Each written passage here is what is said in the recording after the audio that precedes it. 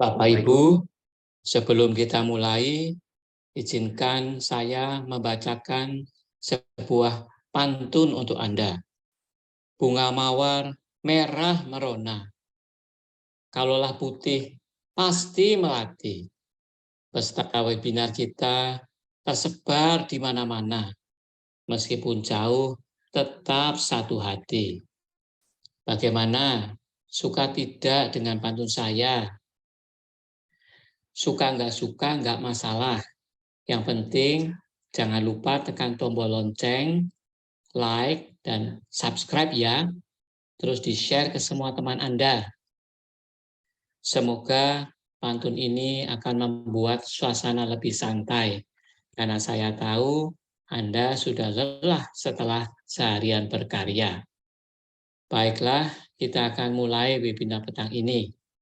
Sekarang kenakan sabuk pengaman Anda karena kita akan segera take off. Let's get started.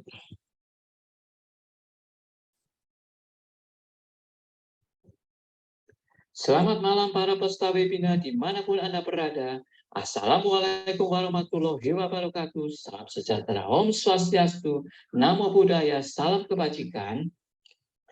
Bapak Ibu para hadirin sekalian, senang sekali saya, Mariadi, moderator pada malam hari ini. Saya menyambut Anda semua dengan penuh antusiasme. Acara hari ini adalah rangkaian dari seru TikTokan yang keempat. Adapun materi yang akan dibahas adalah mengenai bowel obstruction imaging dan manajemen. Topik kali ini sangat menarik karena bowel obstruction seringkali menjadi kondisi gawat darurat yang perlu penanganan segera. Dan imaging akan berperan penting dalam menetapkan keputusan manajemen. Namun demikian, menemukan underlying cause of bowel obstruction masih menjadi tantangan kita bersama. Dan pada kesempatan baik ini, kita akan bahas bersama para pakar dan narasumber hebat yang telah hadir di tengah-tengah kita. Oleh karena itu, siapkan fokus terbaik Anda. Dan untuk mempersingkat waktu, kita akan masuk dalam topik yang pertama dengan tema etika kedokteran yang akan dibawakan oleh Dr. Bambang Satoto, spesialis radiologi konsultan magister kesehatan dengan CV sebagai berikut. Staf bagian radiologi Fakultas Kedokteran Universitas Diponegoro, Rumah Sakit Dr. Karyadi Semarang, konsultan radiologi toraks. Kita sambut pembicara kita, Dr. Bambang Satoto. Assalamualaikum warahmatullahi wabarakatuh. Terima kasih pada moderator. Maaf saya share. Ya. Ya. Sudah bisa ini? Sudah terlihat. Ya sudah jelas. Ya. Assalamualaikum warahmatullahi wabarakatuh. Yang saya hormati guru besar, senior, pembicara dan peserta webinar. Kali ini saya diberi kesempatan untuk mengingatkan pada kita semua tentang etik di radiologi. Mungkin apa tos untuk etik ini ya mungkin langsung saya ini ya, bahwa etika atau etos bahasa Indonesia artinya ilmu tentang apa yang bisa atau ilmu tentang adat kebiasaan. Tentunya di perhimpunan kita ini ya, ingat anggota kita itu dulu ya pasti dikirimi 2 buku ADART dan buku etika di radiologi. Ada 2 buku. Mungkin peserta bisa buka-buka lagi apa toh yang dilihat di buku etika apa aja ya. Tentunya kita perhimpunan itu tidak lepas dari induk organisasi kita yaitu IDI. Di mana di IDI itu ada Kodeki 2012 ini memuat 21 pasal, di antaranya mukadimah, ada kewajiban umum ada 13 pasal, kewajiban terhadap pasien 4 pasal, kewajiban terhadap teman sejawat 2 pasal, dan kewajiban terhadap diri sendiri ada 2 pasal. Hal ini juga nanti kalau para peserta membuka buku di etika radiologi nanti kita akan mengingatkan aja ya ini. Tentang norma dalam praktek kedokteran ini ada 3 hal, yaitu disiplin, etika, dan hukum, di mana pada disiplin aturan penerapan keilmuan kedokteran, aturan penerapan etika kedokteran atau kodeki, dan hukum, aturan hukum kedokteran, di mana di dalam 3 ini masih ada suatu yang bersinggungan. Ya. Ini prinsip etika kedokteran tidak merugikan, tidak menimbulkan bahaya, ini ya, cedera fisik maupun psikologis dan pasien, melakukan kebaikan, upaya melakukan pelayanan kesehatan dengan menghargai otonomi pasien, kerahasiaan ini, dokter wajib melakukan segala sesuatu yang telah dipercayakan pasien sampai pasien tersebut meninggal. Jadi ini yang di radiologi itu hasil itu kan bisa dibawa ya, dan itu juga bisa dibaca oleh siapa saja ini kadang-kadang ya. Keadilan memperlakukan pasien sama dan adil, menjunjung prinsip moral, legal, dan kemanusiaan. Ini menghargai janji dan komitmen dokter untuk mati terhadap kodeki. Ini secara umumnya ya, secara umum pada yang ada di kodeki.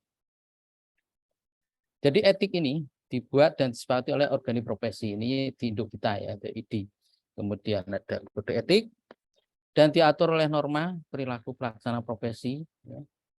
Kemudian bila terjadi suatu ban juga ada sanksi, yaitu moral psikologis.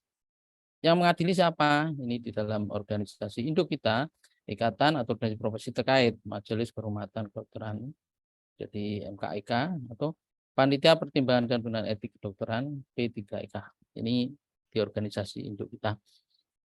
Ya. Nah, bagaimana ini etika di profesi radiologi?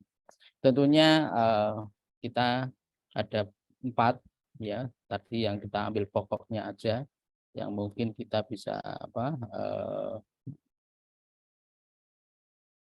diterapkan dalam sehari-hari kita dalam bekerja ya, yaitu terhadap teman sejawat ini ya, terhadap pasien, teman kerja, dan diri sendiri. Ini juga diatur juga dari organisasi induk kita, dan ini juga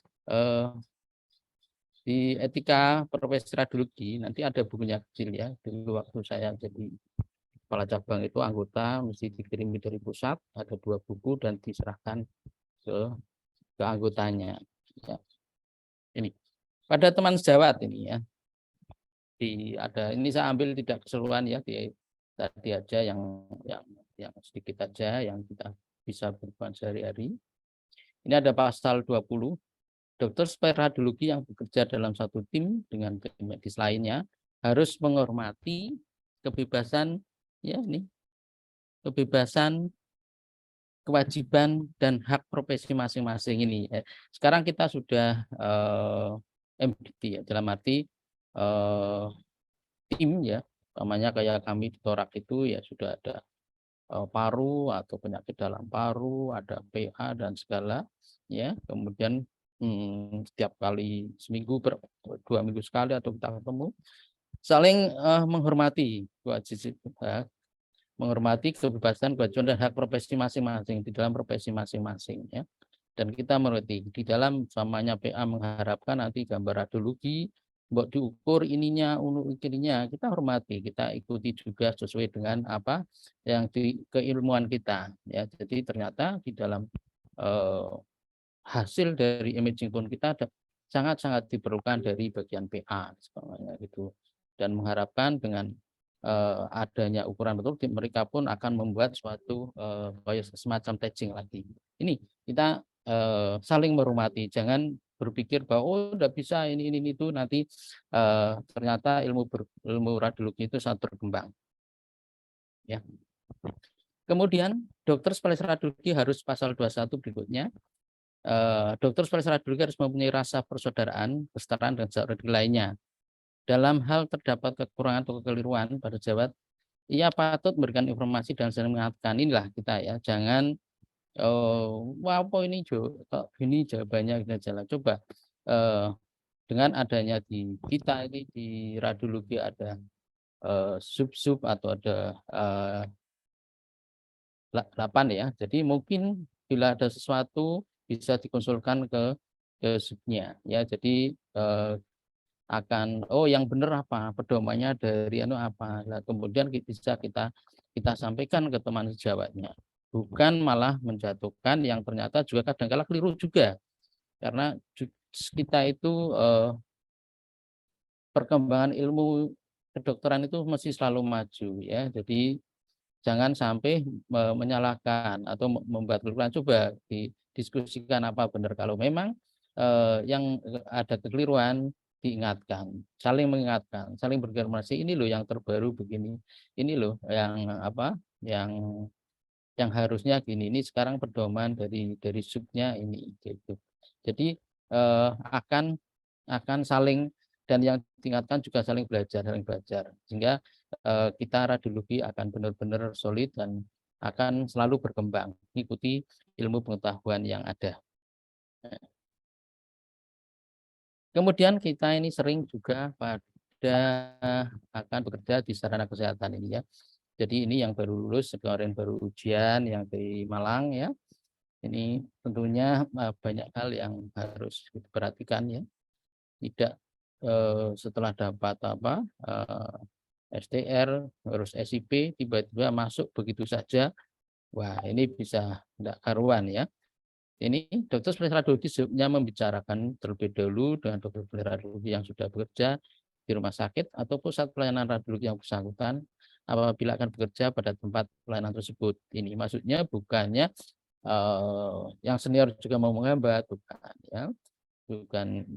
Bukannya tidak memberi peluang, bukan, tapi didiskusikan sehingga nantinya ya kamu masuk nanti kamu di seminatan ini gitu. Kamu masuk, ya ini seminatan inilah kurang, kamu nanti bekerja di sini, kamu ngambil kesempatan ini, kamu fellow ini, dan nantinya kita akan saling maju. Begitu juga tentang kebutuhan di rumah sakit tersebut. Tentunya yang tahu adalah radiologi yang ada di situ yang sebelumnya. Ya bukan manajemennya sih kalau ingin ya hasil pemeriksaan radiologi cepat selesai ya, cepat diselesaikan dan segala. Tapi kebutuhan di dalam rumah sakit itu yang tahu adalah instalasi radiologi, yang tahu adalah dari KSM atau DPJP radiologi itu, sehingga Anda masuk perlu diskusi untuk nantinya adalah kesempatan di abdomen gitu. Ini abdomennya sudah ada Pak Wayan, udah ini. Enggak, kamu jangan dari abdomen, kamu masuk ke torak gitu. Dan sebagainya. Jadi bukannya menghambat, tapi bagaimana tepatnya radiolog yang baru masuk itu adalah diarahkan demi kemajuan baik rumah sakit maupun di radiologi sendiri. Dan ini sering kita ada second opinion ya, tentunya rumah sakit juga punya SOP sendiri ya. Biasanya instalasi radiologi itu ada punya cara sendiri atau SOP sendiri bagaimana tentang second opinion. Yaitu yang memberikan second opinion hanya boleh diberikan pada bentuk konseling tertulis atau tidak tertulis. Yang tertulis tidak dalam lembar ekspertis. Second opinion hanya boleh diajukan klinisi yang bersangkutan. Jadi tidak sembarangan terus ini datang ini dibacakan ini second opinion, tidak bisa ya. Kami di Karyati pun ada sendiri, biasanya pakai ada di dalam CM-nya ada tertulis mohon dilakukan second opinion ya, atau bacaan ulang ini. Begitu juga kita dalam JAB juga ada di dalam jadi tidak begitu saja dalam arti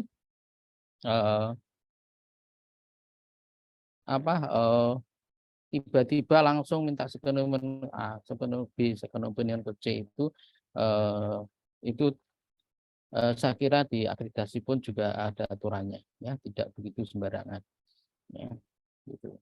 Ini juga diatur juga dalam buku etik kita ya. Nah, bagaimana hubungan radiolog dan pasien ini ya? Kita bila fasilitas radiologi yang dimiliki tidak memadai, ini pasal 12, ini harusnya tadi di atas ya.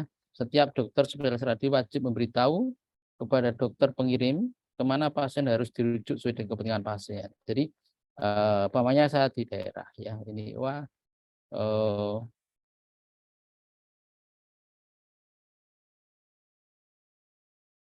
kita harus merujuk, disampaikan kepada kepada klinikus bahwa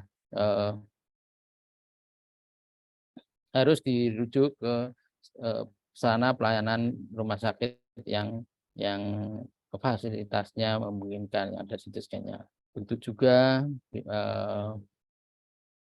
bila ada massa di abdomen ya, kita wah sudah ini USG kita hanya 2 dimensi, kemudian resolusinya jelek, ya apa boleh buat ya. Jangan terus dengan PD-nya bahwa mengatakan gini-gini. Ya, dikirimlah ke suatu pelayanan kesehatan yang mempunyai fasilitas lebih. Ya. Kemudian ini pasal 16 juga ini, dokter spesialis radio wajib bersikap tulus ikhlas dan mempergunakan segala ilmu dan keterampilannya untuk kepentingan pasien ini. Dalam hal ini, jika ia tidak mampu, ia wajib meminta bantuan untuk pasien kepada dokter yang mempunyai kompetensi dalam hal tersebut. Ya, jadi ini ya, jadi kita harus terapkan ini dalam sehari-hari, ya, apalagi di rumah sakit yang sudah ada sub-subnya, ya. Dan kalau wah ini kelihatannya ini saya cukup aja atau oper di BCP ya. Jadi sehingga ini akan sangat baik terhadap pasien, terhadap pelayanan rumah sakit, dan akan mempercepat suatu tindakan sehingga nantinya angka loss di rumah sakit juga akan lebih pendek. Ini jadi rentetannya panjang. Sekarang sering kita itu sering sebagai apa ya, bahwa kenapa rawat inapnya panjang? Wah, radiologinya yang lama, radiologi ini yang harus kita perhatikan ya. Ini jangan sampai bumerang buat saat saya dulu di instalasi maupun itu sering bahwa ini hasil radiologi kok sampai sekian ya, sehingga sekarang hampir di rumah sakit mempunyai waktu ya pada tersendiri-sendiri ya, sesuai dengan kemampuan. Ada yang foto sekian jam, ada yang 1 hari, ada 12 jam segala. Ya, ini jadi jangan sampai percaya diri juga bahwa selama di situ ada yang lebih pengetahuannya lebih dan lebih berpengalaman, operlah, dirujuklah, ya, gitu.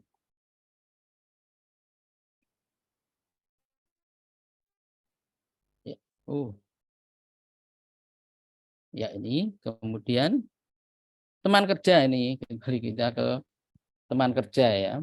Jadi dokter spesialis radio harus menyadari bahwa dalam melakukan profesi perlu bekerja sama dengan profesi medis, para medis dan medis lainnya. Ya ini ya, kita apalagi di intervensi, ya, apalagi di MRI, ya, di CT scan, bagaimana ada para medis, ya, kita harus bagaimana kita dengan profesi medis yang lain, ya ada anestesi yang hadir di situ, ya.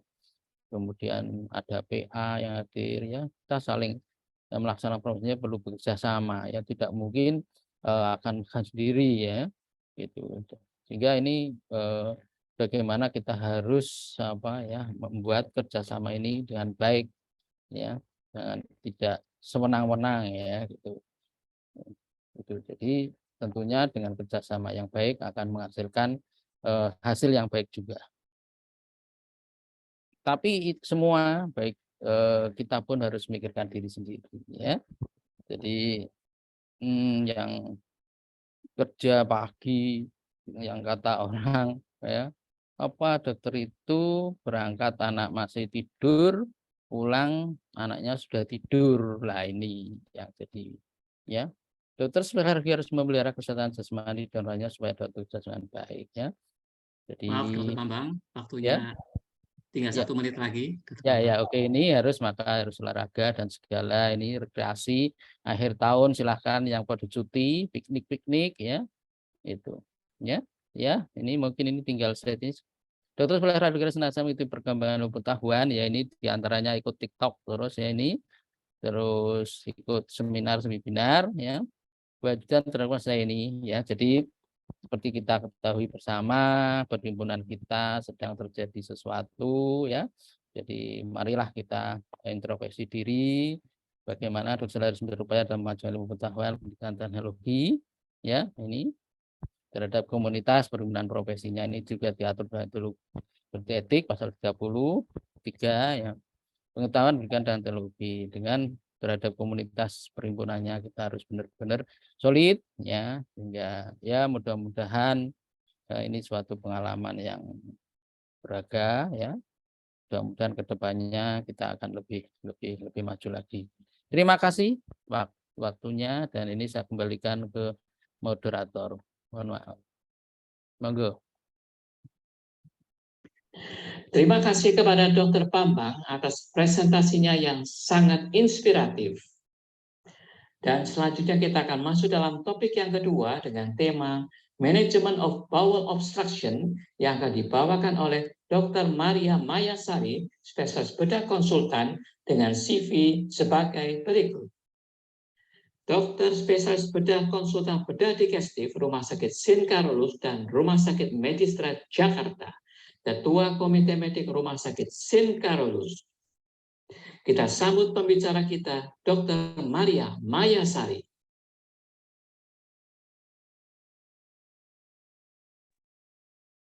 Dr. Mayasari, saya akan share screen dulu.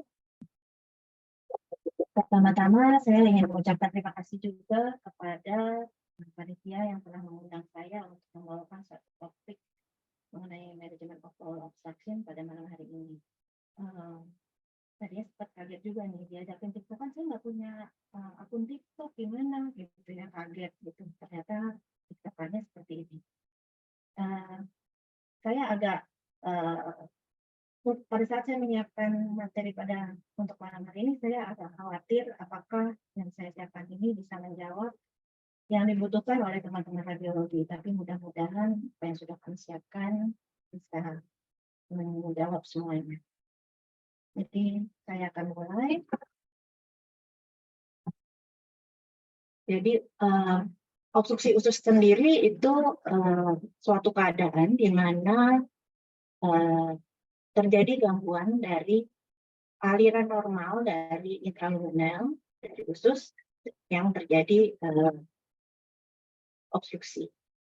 Kondisi ini akan menyebabkan adanya keluhan-keluhan seperti perut kembung, mual, muntah, kemudian tidak bisa buang angin, tidak bisa buang gas.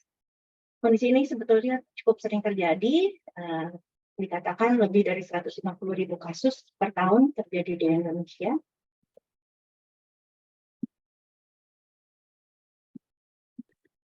Dan jumlah pasien laki-laki lebih banyak daripada pasien perempuan.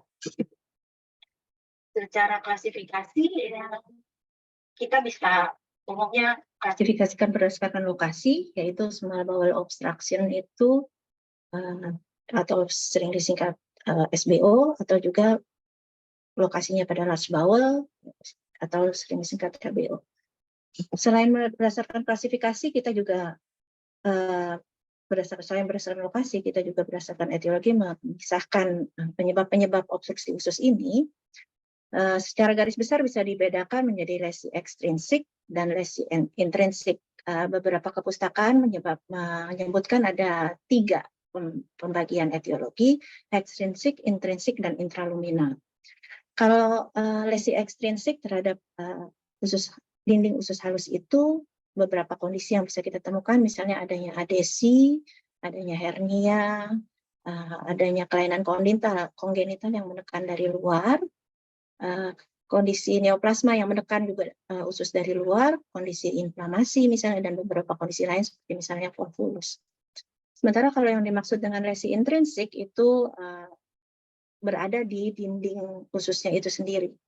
Jadi misalnya kalau pada kelainan kongenital itu misalnya pada atresia intestin, jadi dia tidak terbentuk ususnya.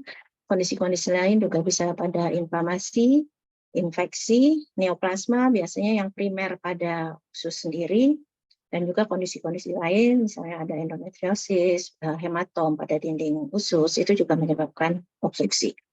Satu lagi yang bisa menyebabkan obstruksi adalah kelainan di intraluminal. Nah, ini bisa banyak yang menyebabkan, bisa gallstone, bisa besoar, bisa juga parasit, cacing misalnya, atau benda asing yang ditelan oleh pasien. Ini adalah sedikit flowchart kurang lebih bagaimana kami klinisi melihat kondisi pasien yang kita perkirakan ada obstruksi usus.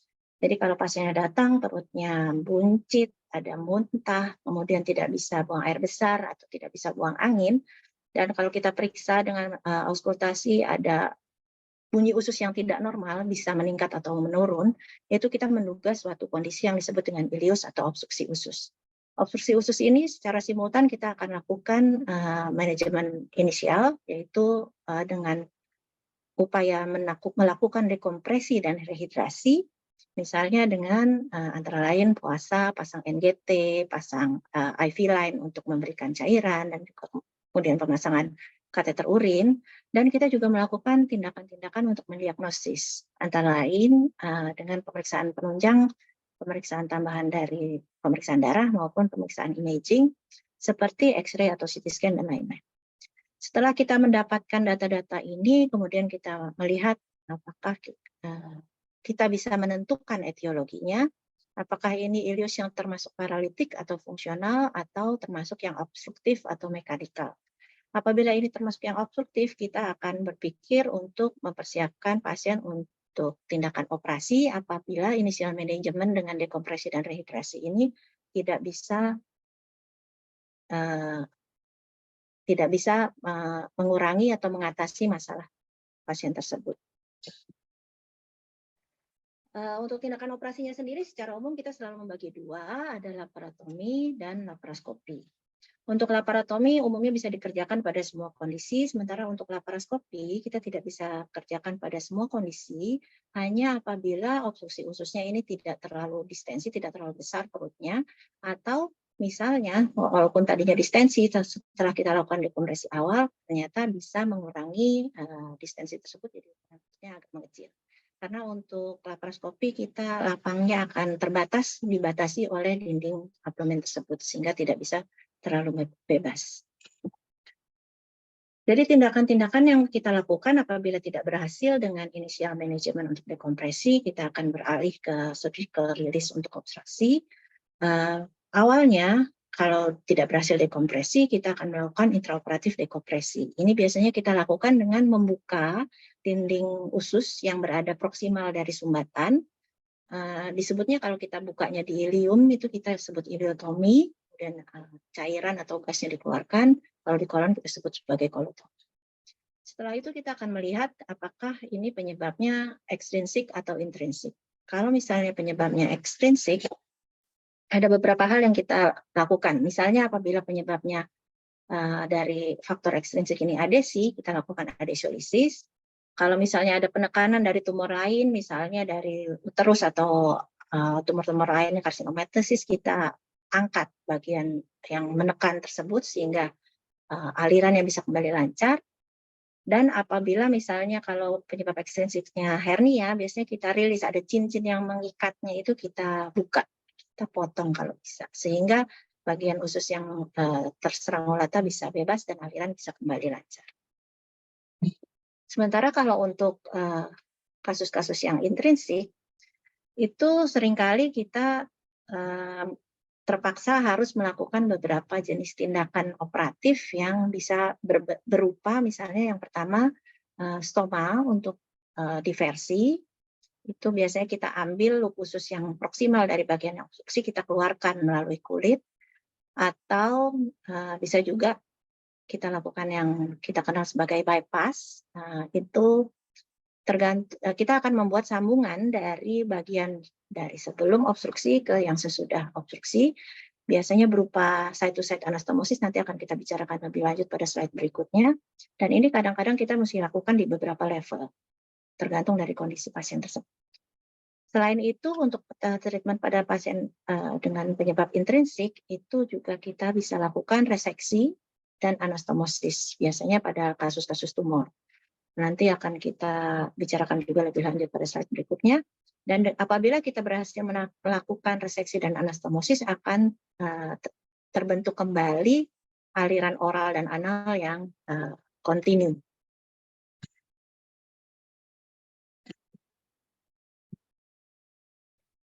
Ini saya akan memberikan salah satu contoh pasien yang kita temukan obstruksi akibat adanya faktor ekstrinsik, yaitu BEN. Jadi pada saat kita buka, kita lihat itu di gambar sebelah kiri, usus-ususnya, usus halus ini dilatasi semua. Terus kemudian setelah kita cari, ternyata ada seperti benang yang mengikat sehingga dia tidak bisa lancar. Dan setelah kita potong benangnya, kita bisa lihat di gambar sebelah kanan ada bagian yang setelah dirilis kelihatan seperti tercekik gitu ya. Dan ini setelah kita lepaskan ternyata dia bisa lancar kembali, kita tidak perlu lakukan hal-hal lain, hanya untuk dekompresi yang bisa dilakukan lewat anus. Ini adalah contoh kedua untuk pasien misalnya dengan kondisi adesi. Ini kebetulan kita bisa melakukan secara laparoskopi, pasiennya waktu didekompresi perutnya bisa mengecil, tapi tetap tidak bisa makan normal diet biasa, sehingga kita masuk dengan laparoskopi, dan pada saat kita masukkan kamera kita lihat adanya perlengketan yang cukup hebat yang menyebabkan alirannya itu tidak bisa, aliran dari ususnya tidak lancar.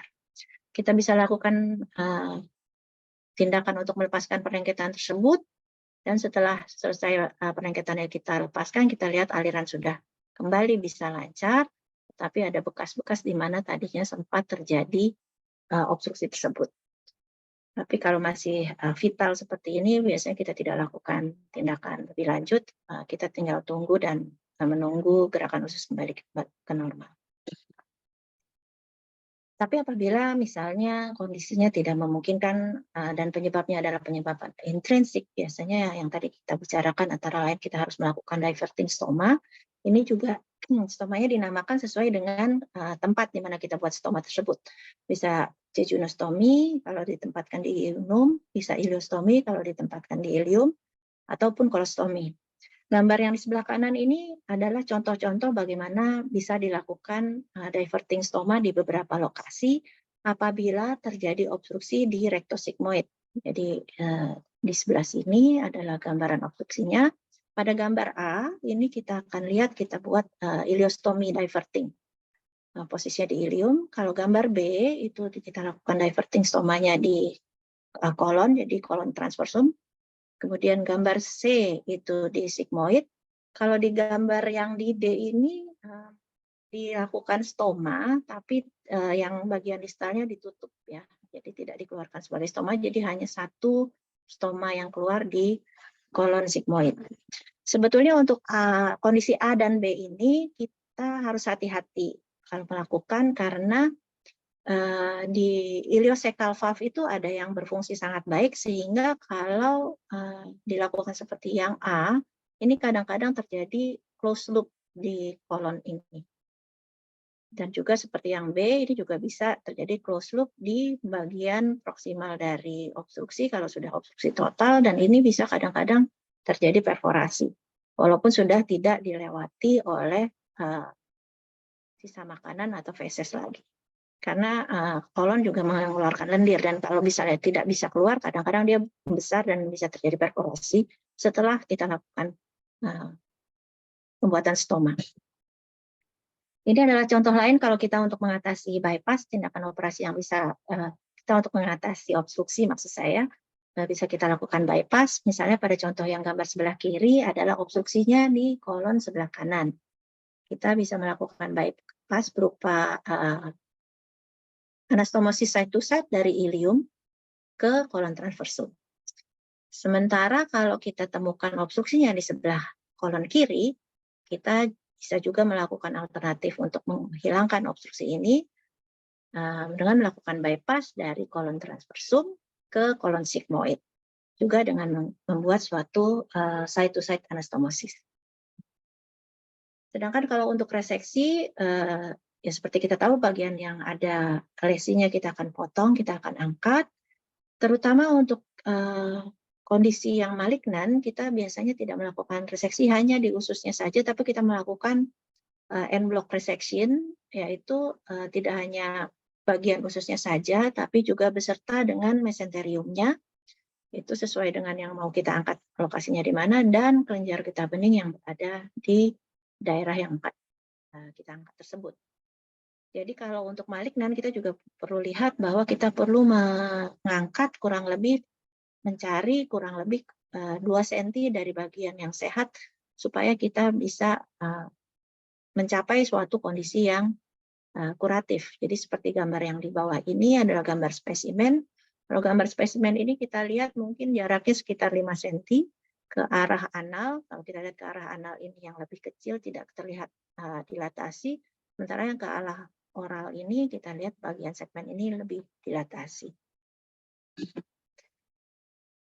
Selanjutnya untuk tindakan lain setelah reseksi, ada kemungkinan kita bisa melakukan anastomosis. Jenis-jenis anastomosis biasanya yang kita lakukan ada beberapa jenis, seperti misalnya di gambar A ini jenis anastomosisnya side to side, B juga side to side tapi konfigurasinya overlapping, C itu end to end, biasanya ini kita tidak lakukan dengan alat stapler ya. Kalau yang end to end biasanya kita lakukan dengan hand sewn dijahit tangan, atau yang D itu end to side. Dari jenis-jenis anastomosis ini kita bisa melihat juga ini gerak peristaltiknya terhadap tipe anastomosis yang kita kerjakan. Jadi kalau yang A ini peristaltiknya akan jadi U-turn. Jadi awalnya ke atas di sini kemudian akan belok kemudian turun, sehingga kita juga kenal sebagai anastomosis yang side to side fungsional, tapi dia gerakannya akan anti peristaltik. Sementara kalau yang B, C, D kita lihat peristaltik ususnya akan bergerak sesuai dengan sambungannya. Jadi ini kita sebutkan anastomosis seperti ini adalah anastomosis yang isoperistaltik. Ini adalah salah satu contoh anastomosis yang bisa kita kerjakan, misalnya pada tumor kolon kanan yang diangkat kolon kanannya. Jenis anastomosisnya bisa beberapa jenis yang kita kerjakan, bisa end to side, bisa end to end, bisa juga side to side seperti ini. Contoh lain untuk yang kolon kirinya kita reseksi, sambungan yang bisa kita lakukan juga bisa end to end, bisa side to side, yang ini adalah side to side isoperistaltik, dan bisa juga bahkan bisa side to end. Umumnya seperti tadi saya katakan hanya bisa dilakukan penyambungan end to end pada kolon sebelah kiri menggunakan stapler. Kalau di kolon sebelah kanan kalau kita sambung end to end biasanya kita nggak menggunakan stapler tapi menggunakan jahitan tangan. Ini adalah beberapa hal yang sebetulnya bagi kami ahli bedah merupakan informasi yang penting yang bisa kita dapat dari pemeriksaan imaging. Yang pertama yang kita ingin tahu tentu level obstruksinya di mana. Yang kedua apabila bisa diketahui etiologinya apa. Yang ketiga apakah ini kasusnya emergensi atau tidak. Nanti akan kita bahas lebih lanjut. Nah, kalau kita tahu level of obstruction-nya, misalnya kita tahu small bowel atau large bowel. Kalau small bowel kita bisa ada beberapa yang kita dapat. Misalnya kalau small bowel itu sebetulnya kalau bikin stoma lebih mudah karena dia mobile. Kalau kita mau sambung pun, kalau misalnya kita reseksi kemudian kita mau sambung, itu pun juga sebetulnya risiko untuk terjadinya leakage lebih rendah. Antara lain karena dia mobile, sehingga waktu kita sambung tidak terjadi tension, sehingga kemungkinan untuk sembuhnya lebih baik. Kalau small bowel juga seringkali kalau kita lakukan konservatif, tidak langsung kita maju ke tindakan bedah, itu lebih sering berhasil. Sementara kalau di usus besar itu yang karena sebagian besar penyebab obstruksi di usus besar itu sampai 60-70% itu penyebabnya ada malignansi, biasanya tidak akan berhasil dengan tindakan konservatif tanpa operasi. Sehingga biasanya kalau kita lihat pasien-pasien di obstruksi di usus besar ini udah langsung kita, wah ini sih kayaknya kita udah langsung siapkan untuk operasi aja. Gitu. Terutama juga kalau di usus besar itu bisa terjadi yang tadi sempat saya sebutkan sebagai closed loop. Jadi kalau obstruksinya total, dan katup iliosekalnya paten, jadi hanya bisa satu arah dari ilium ke kolon, itu kolonnya akan semakin besar. Apalagi kita mengingat bahwa dinding sekum adalah dinding yang paling tipis, sehingga kemungkinan terjadi perforasi juga akan semakin besar apabila katup iliosekalnya paten dan hanya bisa satu arah. Kemudian apabila kita dari imaging juga bisa menentukan penyebabnya, setidaknya kita bisa tahu lah ini menuju ke neoplasma atau bukan neoplasma. Itu bagi kami klinisi itu untuk ngomong ke keluarga pasien untuk menerangkan kira-kira prognosisnya nanti kemana itu jauh lebih mudah. Karena biasanya kalau untuk neoplasma kita pasien dengan neoplasma dan jadi obstruksi itu biasanya tidak akan selesai hanya dengan operasi saja. Kita akan bilang ada kemungkinan nanti ada kemoterapi, ada kemungkinan nanti ada radiasi, ada kemungkinan nanti ada operasi selanjutnya. Dan ini informasi yang cukup penting untuk kami bisa memberikan inform konsen yang lebih bermanfaat untuk pasien dan keluarga. Sementara kalau kasusnya non-neoplasma seringkali bisa selesai hanya dengan pembedahan saja. Dan kemudian kita juga bisa melihat kalau misalnya dari imaging kita bisa tahu kondisi-kondisi di mana kita harus bergerak untuk mempersiapkan operasi lebih cepat. Kadang-kadang secara klinis kita tidak menemukan udara bebas, tapi kemudian secara radiologis bisa ditemukan adanya udara bebas kecil-kecil, itu ya udah kita nggak ada cerita harus lakukan operasi. Dan juga satu lagi, apabila diameter sekumnya ini besar, lebih dari 9 cm. Ada beberapa literatur yang bilang lebih dari 8 cm, ada yang bilang lebih dari 12 cm. Tapi dari saya sih lebih dari 8 cm sudah mengkhawatirkan, karena sekum itu sangat tipis, dia hanya membutuhkan tekanan yang tidak terlalu besar untuk terjadi distensi, dan dia mudah robek, sehingga terjadi perforasi dari sekumnya. Kalau misalnya obstruksinya bukan di sekum, tumornya misalnya itu bukan di sekum sendiri. Sehingga kondisi-kondisi seperti ini kita perlu tindakan lebih cepat, mempersiapkan pasien untuk operasi lebih cepat. Dari informasi-informasi yang kita dapatkan tadi itu, dan apabila kita bisa mendapatkan etiologinya, memastikan bahwa ini kondisinya obstruktif, bukan paralitik, kita bisa menentukan nanti operasinya perlu emergensi atau tidak. Terus kemudian kita bisa, apabila pasiennya emergensi, kadang-kadang kita harus inform konsen untuk pasien dan keluarga, kemungkinan pembuatan stoma, itu akan sangat membantu kami untuk bisa melakukan penanganan kasus obstruksi dengan lebih baik. Dan apabila memungkinkan untuk dekompresi, kita bisa menyiapkan untuk kondisi elektif, sehingga pasiennya pun bisa tidak dioperasi dalam kondisi yang emergensi. Selain dari imaging, sebetulnya kita ada beberapa hal yang kita pertimbangkan juga. Jadi gejala lain yang dipadukan dengan informasi yang kita dapatkan dari imaging, yang kadang-kadang pun kita harus melakukan tindakan operasi yang lebih cepat. Misalnya seperti kalau ada tanda-tanda seperti yang disebutkan di slide ini, fever, demam, takikardi, leukositosis. Ini apabila ada 3 dari kondisi yang disebutkan tanda-tanda di samping ini, ternyata ada 82% kemungkinan terjadinya obstruksi yang strangulata. Nah, pada obstruksi yang strangulata ini, tindakannya semakin cepat bisa didiagnosis dan semakin cepat kita bisa lakukan manajemen operatif yang lebih baik, itu akan memberikan hasil yang lebih baik. Karena morbiditasnya akan meningkat sesuai dengan usia pasien, sesuai dengan banyaknya komorbiditas yang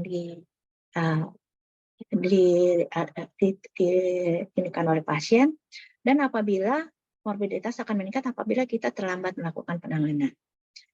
Jadi dikatakan, salah satu literatur mengatakan bahwa kalau ada strangulated bowel yang tidak dilakukan treatment segera, maka mortality rate-nya akan mendekati 100%. Sementara kalau kita lakukan dalam 24-48 jam, mortalitasnya akan turun sampai bisa 10%.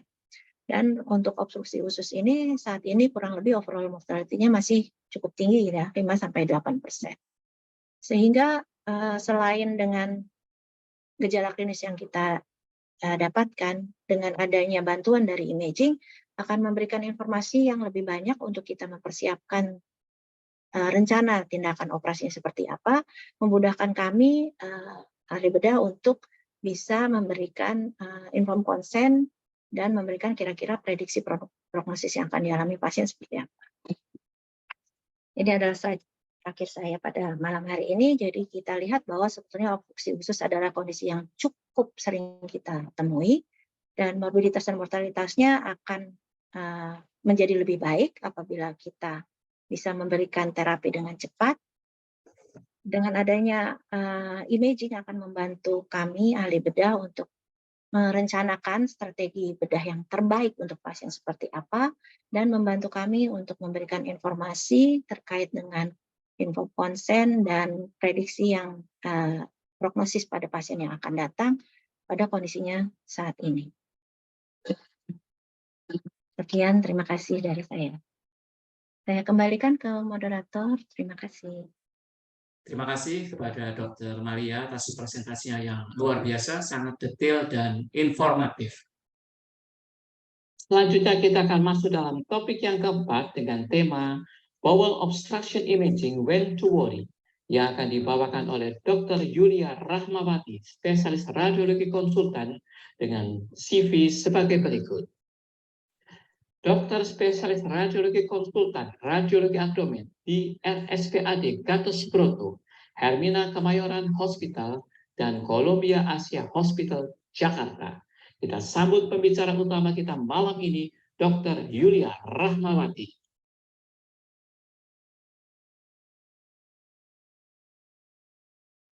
Terima kasih kepada moderator. Assalamualaikum warahmatullahi wabarakatuh. Selamat malam, Profesor, guru-guru, dan teman-teman sejawat yang saya hormati.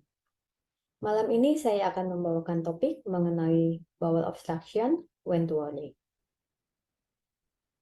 Obstruksi usus sendiri merupakan situasi klinis yang terjadi sekunder akibat sumbatan pada usus, baik karena sebab mekanik maupun fungsional yang menyebabkan terhambatnya pasase konten usus. Obstruksi usus sendiri merupakan salah satu penyebab tersering terjadinya akut abdomen dan tindakan operatif emergensi. Dengan gejala klinis pada obstruksi usus tergantung dari tipe obstruksi dan lokasi anatomisnya. Gejala khasnya berupa kolik abdomen, mual, muntah, distensi abdomen, gangguan flatus, dan gangguan pergerakan usus.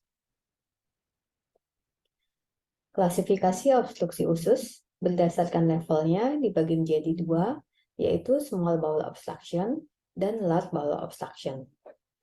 Sekitar 75% dari kasus obstruksi mekanik terjadi di usus halus, dengan penyebab tersering karena kelainan-kelainan yang bersifat benign. Sedangkan large bowel obstruction paling sering disebabkan karena kanker, dengan angka kejadian sekitar 4-5 kali lebih jarang dibandingkan small bowel obstruction, dan paling sering ditemukan di kolon sebelah kiri. Penyebab obstruksi usus, small bowel obstruction, paling sering disebabkan karena adesi, diikuti oleh hernia, kemudian neoplasma, dan penyebab lainnya. Sedangkan large bowel obstruction paling sering disebabkan oleh CA kolorektal, kemudian diikuti oleh divertikulitis, volvulus, dan sebab lainnya. Ini macam-macam tipe obstruksi, high grade obstruction, di mana cairan maupun udara tidak dapat melalui tempat obstruksi. Sedangkan incomplete atau partial obstruction, di mana masih terdapat cairan maupun udara yang dapat melalui tempat obstruksi. Strangulated obstruction yaitu keadaan di mana terdapat gangguan vaskuler yang dapat menyebabkan terjadinya iskemik usus, nekrosis, dan perforasi. Sedangkan closed loop obstruction yaitu obstruksi usus yang terjadi pada dua titik, yang menyebabkan akumulasi progresif cairan dan udara di dalam usus yang terisolasi, yang meningkatkan risiko terjadinya volvulus dan iskemik. Komplikasi yang dapat terjadi akibat obstruksi usus dapat berupa iskemik, infak, volvulus, dan perforasi. Pendekatan yang komprehensif meliputi temuan klinis, riwayat penyakit pasien, dan pemeriksaan triase, contohnya dengan foto polos abdomen, dapat membantu klinisi dalam perencanaan penata laksanaan pasien. Diagnostic imaging sendiri memegang peranan penting dalam tata laksana pasien dengan small bowel obstruction dan large bowel obstruction. Imaging dapat membantu menjawab pertanyaan pada pasien dengan kecurigaan obstruksi usus, yaitu apakah terdapat obstruksi, di mana levelnya, penyebab obstruksi, dan komplikasi dari obstruksi ini. Adapun algoritma dari pasien dengan kecurigaan obstruksi didapat dari anamnesis maupun temuan klinis, pemeriksaan fisik. Apabila mengarah pada kecurigaan obstruksi usus, dapat dilakukan fotopolas abdomen maupun ultrasonografi sebagai modalitas diagnostik awal. Apabila mengarah kepada kecurigaan tinggi adanya obstruksi, maka dilakukan CT scan. Untuk CT scan ini merupakan modalitas pilihan yang sangat membantu, dapat mendiagnosis obstruksi usus, melihat severitas, transisi poin, penyebab, dan komplikasi, sehingga sangat membantu dalam menentukan tata laksana pasien. Fotopolas abdomen sendiri direkomendasikan sebagai modalitas imaging awal untuk pasien dengan kecurigaan obstruksi usus. Memiliki sensitivitas dalam mendeteksi adanya large bowel obstruction sebesar 84% dan 82% pada small bowel obstruction, dengan spesifisitas 72% pada large bowel obstruction dan 83% pada small bowel obstruction. Pemeriksaan yang dilakukan harus meliputi posisi supine dan non-dependent, baik posisi tegak maupun left lateral decubitus, untuk mendiagnosis adanya small bowel obstruction maupun large bowel obstruction, serta mengidentifikasi adanya komplikasi, baik berupa pneumatosis intestinalis, portal venous gas, maupun pneumoperitoneum. Gambaran radiologi yang ditemukan pada small bowel obstruction, posisi supine ataupun prone, berupa dilatasi usus lebih dari 2,5 sampai 3 cm, adanya posisi dari udara dan kolorektal, slit sign, gastrus abdomen, dan dilatasi gaster. Sedangkan pada posisi tegak maupun decubitus, tanpa adanya multiple air fluid level lebih dari 2,5 cm, gambaran step ladder, dan sling upbeat sign. Sedangkan pada large bowel obstruction dapat ditemukan adanya dilatasi kolon lebih dari 6 cm dan cecum lebih dari 9 cm. Lalu adanya posisi udara rektum dan dapat ditemukan atau tidak dilatasi dari usus halus tergantung dari durasi obstruksi usus dan kompeten atau tidaknya valve ileocecal. Menurut Wittenberg, apabila terdapat dilatasi kolon yang sifatnya diffuse dengan diameter cecum kurang dari segmen kolon lainnya, kemungkinan bukan suatu large bowel obstruction. Lalu apabila ditemukan adanya air fluid level, ini meningkatkan kecurigaan adanya obstruksi dan menunjukkan bahwa penyebab obstruksi bersifat akut. Adapun pada high grade obstruction, terdapat perbedaan kaliber 50% atau lebih antara bagian proksimal usus yang dilatasi dan bagian distal usus yang kolaps. Berikut gambaran dari small bowel obstruction dan large bowel obstruction, di mana pada large bowel obstruction posisinya lebih di perifer dengan gambaran Haustre, sedangkan pada small bowel obstruction lokasinya berada di sentral dengan gambaran valvula conifentes. Berikut fotopolas abdomen pada laki-laki 50 tahun dengan keluhan nyeri perut, mual, dan muntah. Laki-laki ini mengalami small bowel obstruction, di mana pada fotopolas posisi supine didapatkan adanya dilatasi usus halus melebihi dari kolon. Kemudian pada posisi tegak didapatkan adanya multiple air fluid level dengan sebagian lebih dari 2,5 cm, disertai gambaran step ladder. Ini laki-laki 70 tahun, juga dengan small bowel obstruction, di mana pada fotopolas posisi supine ditemukan ada gambaran udara usus yang menghilang, lalu didapatkan juga adanya dilatasi dari usus halus di daerah hipogastrik kiri. Kemudian pada posisi tegak ditemukan adanya air fluid level multiple. Laki-laki 67 tahun dengan large bowel obstruction yang disebabkan karena CA kolon, di mana pada polosnya ditemukan adanya dilatasi usus-usus besar atau kolon hingga kolon descendent, lalu ditemukan adanya transisi point. Ini foto polos abdomen laki-laki 58 tahun dengan volvulus sigmoid, di mana ditemukan gambaran Norton exposure. Tampak dilatasi dari kolon sigmoidnya melebihi dari apexnya melebihi dari kolon transversum. Ini gambaran lateral decubitus pasien dengan pneumoperitoneum. Kemudian pada protopolosnya juga ada ditemukan adanya free air di daerah Morrison pouch dan ditemukan adanya gambaran regular sign. Ini pasiennya berbeda. Lalu ultrasonografi. Ultrasonografi sendiri jarang digunakan untuk mengevaluasi pasien dengan kecurigaan obstruksi usus, kecuali pasien anak dengan stenosis pylorus dan intussusepsi. Sifatnya operator dependen dan memiliki keterbatasan dalam menilai struktur dengan udara di dalamnya. Pada obstruksi usus didapatkan adanya dilatasi lumen usus lebih dari 3 cm dan biasanya panjangnya lebih dari 10 cm disertai gambaran peristaltik yang meningkat. Apabila ditemukan adanya cairan bebas, maka menunjukkan kecurigaan adanya infak usus. Ini gambaran ultrasonografi pasien dengan small bowel obstruction, di mana ditemukan adanya dilatasi usus halus lebih dari 3 cm, disertai gambaran small bowel feces sign.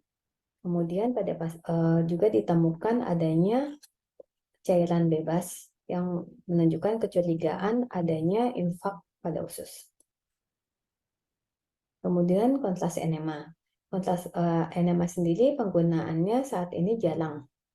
Adapun inti dari pemeriksaannya adalah dengan mengisi lumen usus secara adekuat untuk mendeteksi adanya obstruksi ataupun dilatasi usus tanpa adanya transisi point. Pemeriksaan menggunakan water soluble dengan tekanan rendah tanpa balon kateter. Berikut laki-laki 64 tahun dengan volvulus sigmoid dilakukan pemeriksaan kontras enema tanpa adanya gambaran big sign di daerah yang mengalami torsio. Ini laki-laki 55 tahun postoperasi jantung dengan keluhan distensi abdomen. Pada polos ditemukan adanya dilatasi usus-usus di proksimal dari rectal tube. Kemudian dilakukan enema water soluble, didapatkan bahwa usus-ususnya paten sehingga disebut sebagai pseudo obstruction. Kemudian multidetektor CT scan merupakan modalitas pilihan dengan sensitivitas 82 hingga 100% untuk small bowel obstruction yang high grade dan 96% untuk large bowel obstruction. Selain itu juga dapat menilai adanya komplikasi dari obstruksi usus. Pemeriksaan dilakukan dengan menggunakan kontras intravena dan biasanya tidak memerlukan kontras oral karena cairan lumen sendiri dapat menjadi kontras material. CT enterocolisis digunakan untuk pasien dengan kecurigaan low grade small bowel obstruction. Tapi dapat juga digunakan untuk pasien high grade obstruction apabila temuan pada CT konvensional tidak tampak jelas. Berikut gambaran CT scan pasien dengan small bowel obstruction, di mana didapat penebalan yang irregular di daerah ileum, disertai dilatasi usus-usus di proksimalnya. Berikut pasien dengan small bowel obstruction yang disebabkan karena adesi postoperatif, tanpa adanya transisi point, disertai dilatasi usus-usus di proksimalnya, dan gambaran small bowel feces sign. Small bowel feces sign ini sendiri perlu diperhatikan karena biasanya berada di daerah transisi point. Ini CT scan laki-laki 50 tahun dengan keluhan distensi abdomen tanpa adanya gambaran dilatasi dari usus halus disertai small bowel feces sign di proksimal dari transisi poin.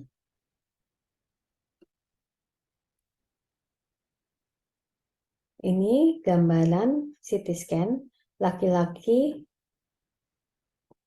dengan intussusepsi, di mana pada CT scan aksial ditemukan gambaran target sign, sedangkan pada potongan koronal ditemukan gambaran source sign. Ini gambaran laki-laki 47 tahun dengan large bowel obstruction yang disebabkan karena divertikulitis. Pada foto polosnya ditemukan dilatasi kolon dengan transisi poin di daerah pelvis sisi kiri. Kemudian pada CT scan dengan menggunakan kontras, tanpa adanya dilatasi dari kolon, disertai gambaran inflamasi pada dinding kolon sigmoid dan gambaran di vertikal multiple.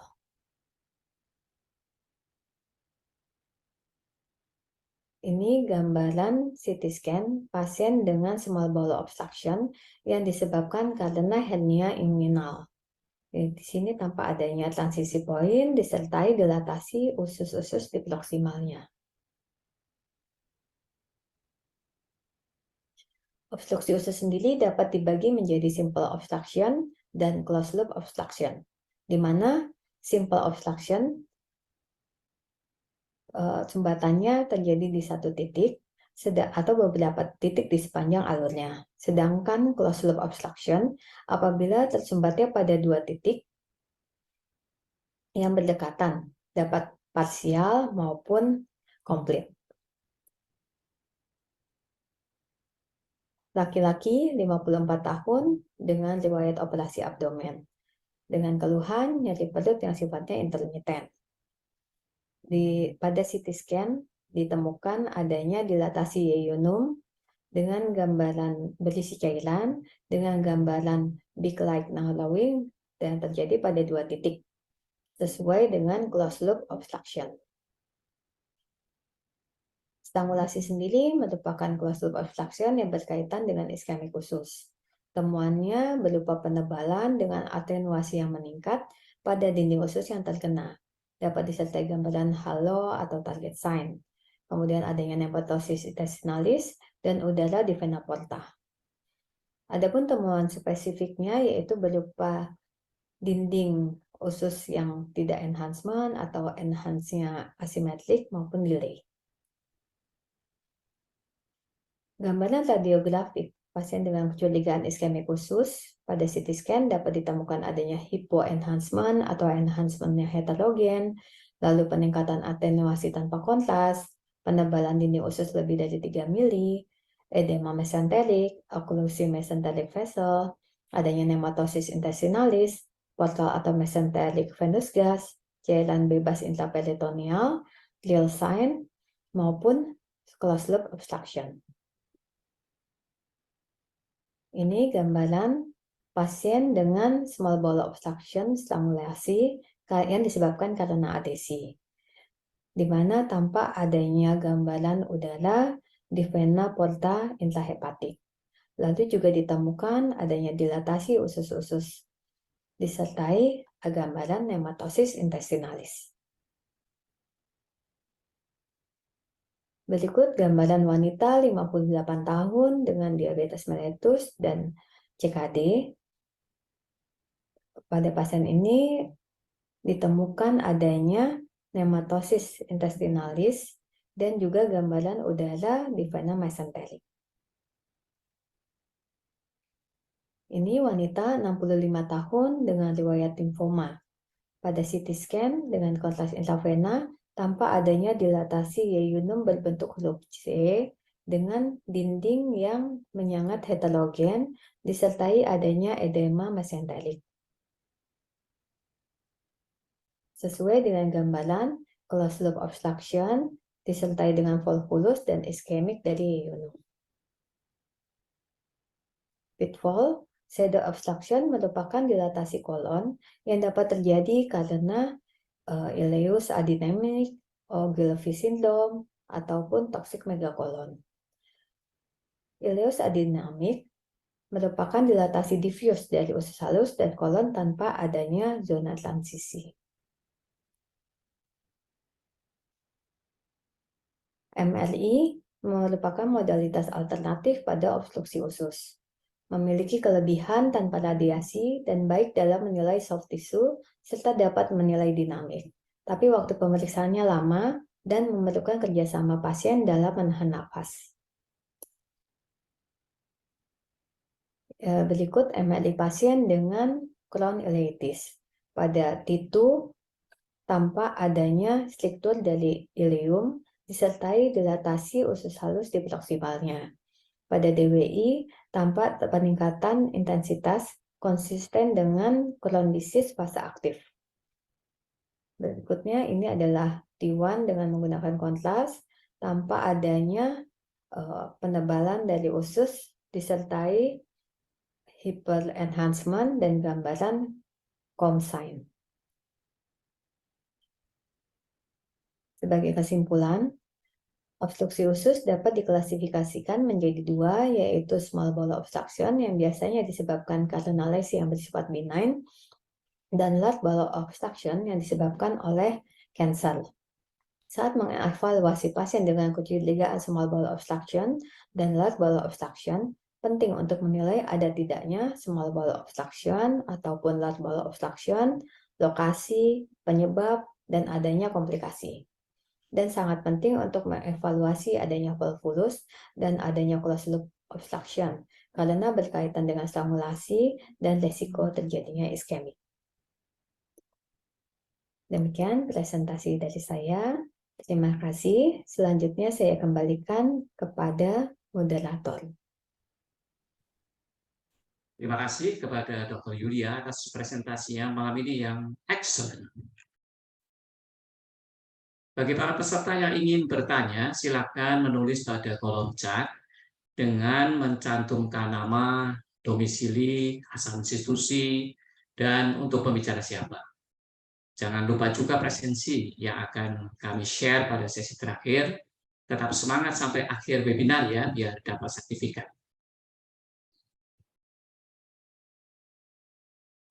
Dan selanjutnya kita akan masuk dalam topik yang terakhir, case sharing yang akan dibawakan oleh Dr. Gusti Ayu Indriawati, spesialis radiologi konsultan sebagai narasumber radiologi dengan CV sebagai berikut. Dokter spesialis radiologi konsultan radiologi abdomen, staf pengajar Departemen Radiologi Rumah Sakit Dr. Sutomo Surabaya. Kita sambut pembicara kita, Dr. Gusti Ayu Indriawati. Baiklah, terima kasih kepada Dr. Mariadi selaku moderator yang sangat luar biasa ya. Saya ucapkan terima kasih.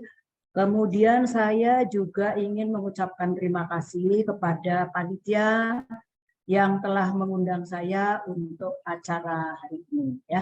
Semoga apa yang saya sampaikan nanti bisa dilaksanakan, bisa bermanfaat baik ya bagi teman-teman semua, dan semoga nanti kita semua bisa belajar bersama. Dr. Yulia Rahmawati telah memberikan paparan yang cukup banyak, berikut kasus-kasusnya ya. Terus terang kalau saya boleh jujur ya, bahwa berhadapan dengan yang namanya urusan abdomen, khususnya menyangkut small atau large bowel, sampai hari ini pun masih membuat hati saya berdebar-debar ya. Berdebar-debar seperti bertemu dengan mantan ya. Oleh karena itu kepada sejawat sekalian, silahkan buanglah mantan pada tempatnya. Mantan tidak sudah disimpan ya. Apakah sejawat sudah melihat screen saya? Sudah, Dok? Sudah, Dok. Jelas. Sudah, baiklah. Saya akan mencoba memberikan satu kasus. Ini adalah kasus pertama yang akan saya berikan ya. Ini adalah kasus di rumah sakit yang kebetulan saya kumpulkan.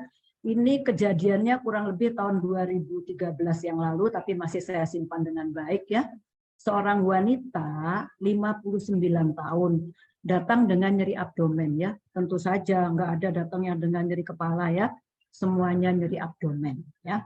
Nyeri abdomen sudah dirasakan beberapa hari ini ya. Sangat nyeri, menurut dia itu sangat nyeri ya. Kemudian hasil foto polos itu tidak bisa konklusif, inkonklusif, sehingga seperti yang dikatakan Dr. Yulia tadi, MSCT merupakan modalitas pilihan.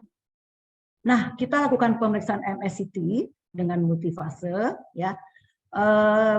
Memang untuk kasus-kasus bowel obstruction itu masih ada kontroversi, apakah akan diberi kontras oral atau tidak, ya.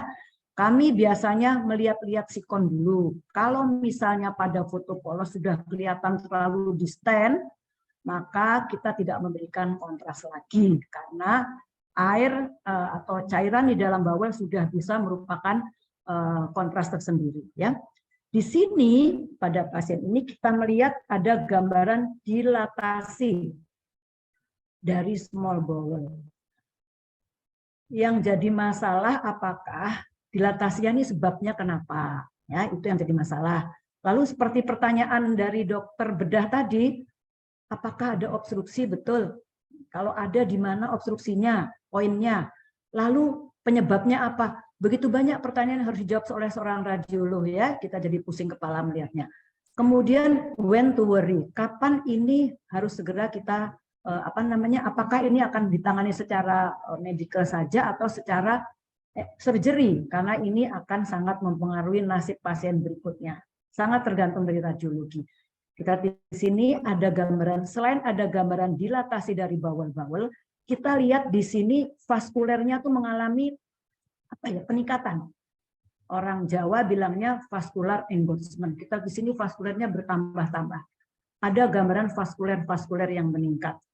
Dilatasi kebetulan adalah small bowel, jadi yang kita beri kontras adalah hanya kolonnya saja berupa kontras positif untuk marking. Ya, kita dilatasi, dindingnya agak tebal juga dengan gambaran seperti target sign, dan ada engorgement dari vaskuler di sekitarnya. Ya. Kemudian kita lihat lagi di sini ya, vaskulernya akan lebih jelas ternyata kita scrolling ya. Jadi jangan sungkan-sungkan, jangan ragu-ragu untuk men-scroll. Aksial, koronal semuanya digunakan ya. Ini kita lihat vaskularnya di sini sangat menonjol ya. Selain itu kita temukan gambaran edema dari mesenterium. Ini adalah gambaran edema dari mesenterium ya. Mungkin untuk memperjelas gambar-gambar ini kadang-kadang kita perlu memainkan workstation. Kita buat seperti map seperti itu, kadang-kadang gambaran udemanya dari mesenterium tadi akan terlihat lebih jelas. Jadi mesenterium itu biasanya kan warnanya hitam gelap ya.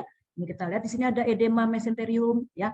Ada juga ini tadi vascular engorgement seperti ini. Ini vaskulernya bertambah ya. Kemudian tadi dikatakan juga ada gambaran seperti gambaran solid content di dalam small bowel. Kemudian kita lihat lagi bahwa di sini ada loop bowel yang bergerombol gini, boleh dikatakan arahnya secara radier, seolah-olah akan menuju ke tengah ya. Sebagai seorang radiolog kita memang harus sedikit halu-halu ya untuk bisa melakukan diagnosis yang tepat. Jadi halu tidak dilarang ya, asalkan tepat. Sini kita lihat seperti berkumpul-kumpul, bergerombol, terus secara radier, dengan gambaran vaskuler yang mengarah ke daerah-daerah yang istilahnya central point ya, ini adalah bagian yang radier, kemudian vaskulernya mengarah ke sana. Ya, kita di sini gambarannya udema, vaskulernya meningkat ya. Kemudian ingat lagi bahwa bowelnya ini dindingnya adalah tebal ya. Jadi penebalan dinding ini jangan dikelirukan dengan infeksi-infeksi. Nah, ya ada pada beberapa kasus memang dikelirukan dengan infeksi sehingga pasiennya neglected, ahli bedahnya marah-marah. Ya, kita ada gambaran seperti ini, dilatasi dan small bowel thickening. Bowel thickening. Jadi bowel wall thickening itu sangat perlu kita perhatikan. Ya. Nah, kita teruskan lagi, kita scrolling ya. Kita lihat ada gambaran small bowel feces sign. Ya. Kemudian pada waktu potongan koronal kita lihat bahwa konfigurasi dari small bowel yang mengalami dilatasi tadi membentuk gambaran seperti huruf C, atau ada juga seperti U terbalik seperti ini ya. Perhatikan betapa cantiknya gambaran vaskuler yang mengalami peningkatan seperti ini. Cantik buat radiologi, tidak cantik buat pasien ya. Ini adalah gambaran mesenteric edema di sekitarnya ini adalah gambaran vascular engrossment. Ini adalah konfigurasi dari small bowel yang berbentuk C, huruf C atau berbentuk huruf C. Tadi dikatakan bahwa kita juga harus mencari-cari yang namanya small bowel feces sign ya. Karena small bowel feces sign dikatakan bisa membantu walaupun bisa membantu untuk menentukan transition point ya. Memang ada yang bilang sensitivity dan spesifitasnya lebih rendah dibandingkan kalau kita menemukan transition point-nya itu sendiri. Itu tentu saja jelas ya, tapi buat saya ini sangat membantu. Sejawat sekalian, memang kelihatannya mudah ya melakukan pemeriksaan, tapi yang susah adalah scrolling dan menentukan di mana letak poin transisinya. Itu adalah barang yang paling sulit menurut saya. Keringat bisa keluar sejagung-jagung ya, untung jagungnya nggak seperti keringat ya, bisa keluar sejagung-jagung, sementara dokter-dokter pengirimnya tuh sudah segera ingin mendapat jawaban, mungkin karena pasiennya kondisinya yang dikatakan dokter Maria Mayasari sudah ada takikardi, enso dan sebagainya. Nah, kita juga dikejar-kejar. Bayangkan kita stresnya seperti apa ya. Nah, kita perlu perhatikan ini adalah konfigurasi yang tidak normal yang namanya huruf C atau disebut dengan ada yang menyebutnya dengan huruf U ya. Kemudian kita menemukan ada gambaran yang berat. Ada yang kecil maksud saya. Yang tidak berdilatasi ini bisa kita katakan mungkin ini merupakan transition point-nya. Jadi harus dicari-cari yang mana transition point tadi. Di sini mungkin kelihatan lebih jelas, ini ada small bowel feces sign, lalu ada gambaran di sini lebih kecil. Sejawat sekalian, kadang-kadang lebarnya small bowel itu tidak terlalu lebar seperti yang kita harapkan ya. Tapi begitu kita lihat seperti ini, karena hampir semuanya melebar, kita patut curiga, apalagi disertai dengan pelebaran dinding, abnormalitas dari vaskuler dan edema dari mesenterik. Ini ternyata adalah merupakan transition point-nya. Jadi sejawat sekalian, apa yang telah kita temukan pada pasien tadi itu mengarah pada keadaan yang namanya closed loop obstruction yang telah disebutkan oleh Dr. Yulia tadi adalah suatu keadaan di mana terjadi penyempitan pada 2 poin pada loop yang sama, pada loop yang sama tapi berpengaruh terhadap 2 titik ya. Kalau pada small bowel memang kita menyebutnya sebagai closed loop obstruction, mungkin kalau pada kolon itu sama dengan volvulus itu tadi ya. Closed loop obstruction tanda-tandanya adalah kita melihat gambaran bowel yang U atau C shape dari bowel loop, atau tadi gambarannya ada radial array. Nah, pada pasien ini kelihatannya lengkap, ada U, ada C, ada juga radial array dari bowel loop yang mengalami dilatasi. Kemudian kita juga melihat adanya gambaran mesenteric vessel yang banyak yang engorgement tadi dan dia converging menuju ke arah central point.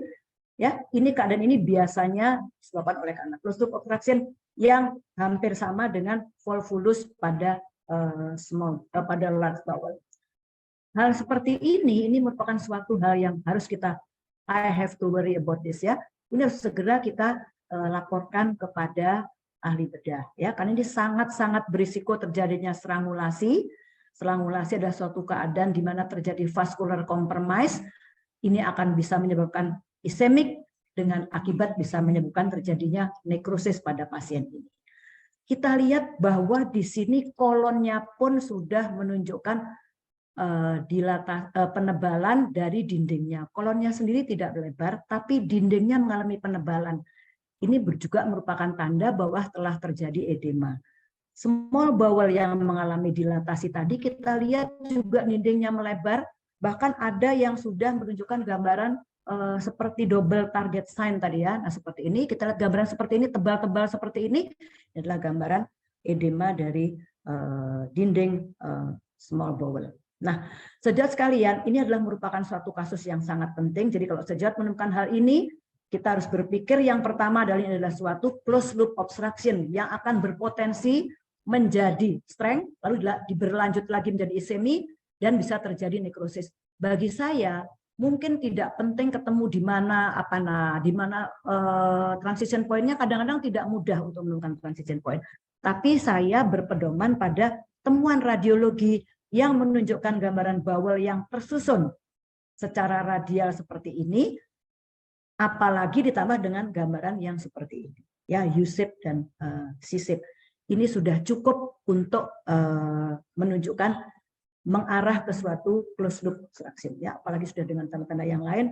Jadi kita kalau mau cari-cari di mana point of transisinya itu tidak mudah, karena tergantung dari bagaimana orientasi dari bawel yang mengalami obstruksi tadi terhadap bidang CT scan, ya, dan itu tidak mudah. Kita harus memutar-mutar sumbunya untuk bisa mendapatkan gambaran yang bagus seperti ini.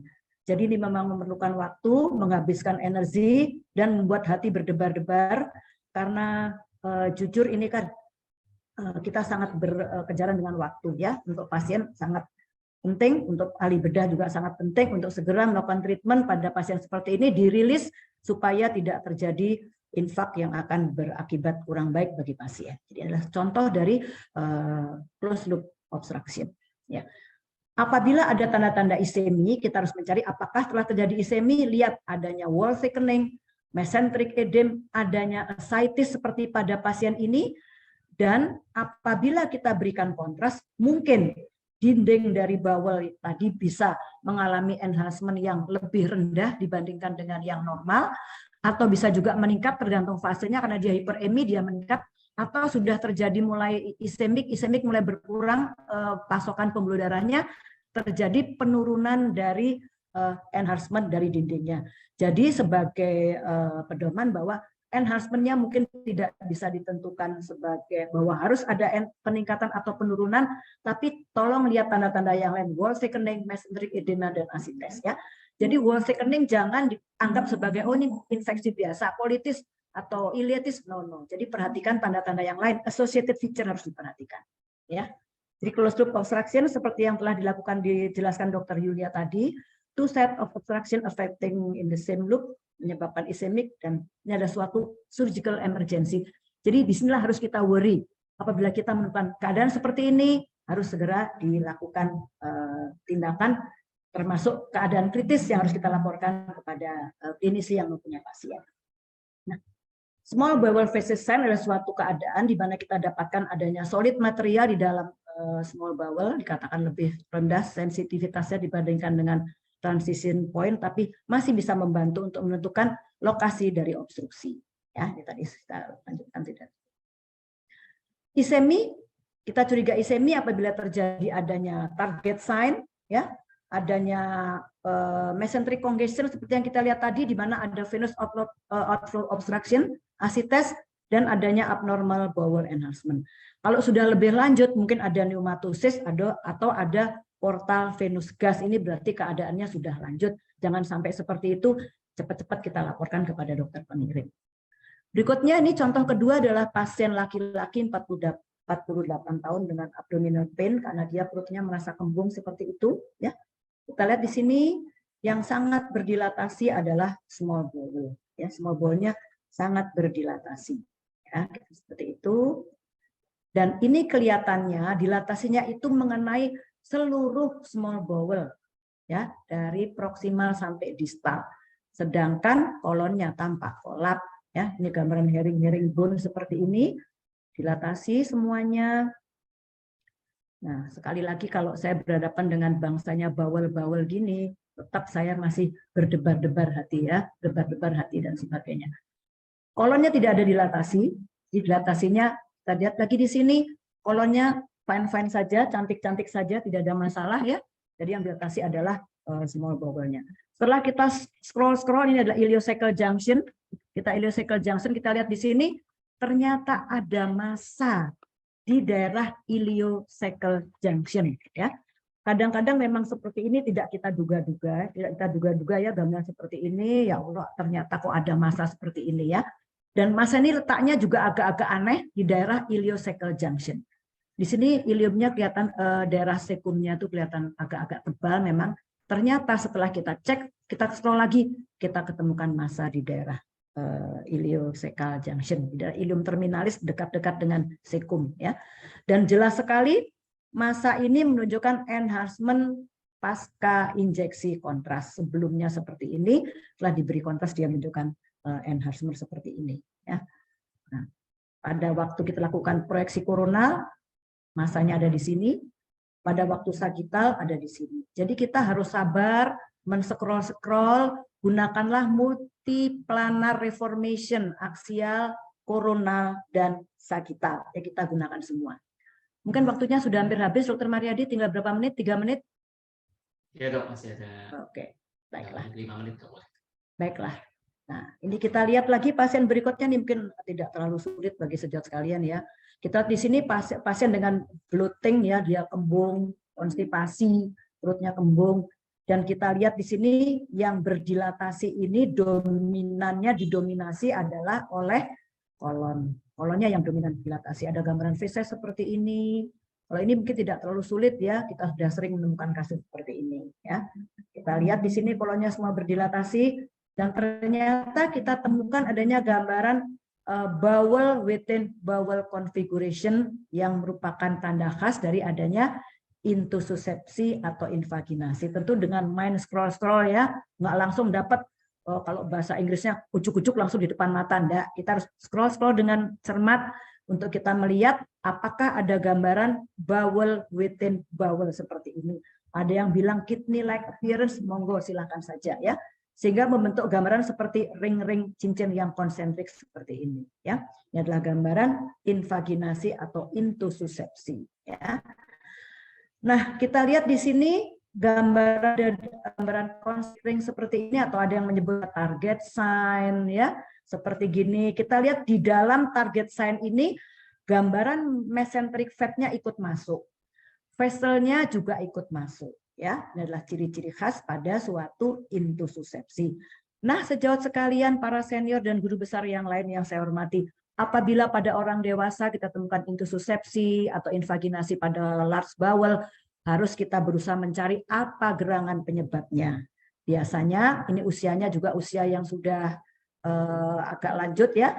Biasanya ada malignansi. Seperti apa yang kita temukan pada pasien ini, ternyata ada malignansi yang di dekat dari gambar yang kelainan tersebut di atas, bowel yang melebar dan ada gambaran malignansi disertai ada invaginasi. Jadi kita harus mencari apakah ada nodul atau tidak, terutama pada large bowel. Kalau pada small bowel memang jarang ada nodul, ada masa small bowel yang sering tadi dikatakan adalah adhesion, bend dan sebagainya. Tapi kalau pada colon itu biasanya disebabkan oleh karena adanya underlying karsinoma atau massa pada kolon ya.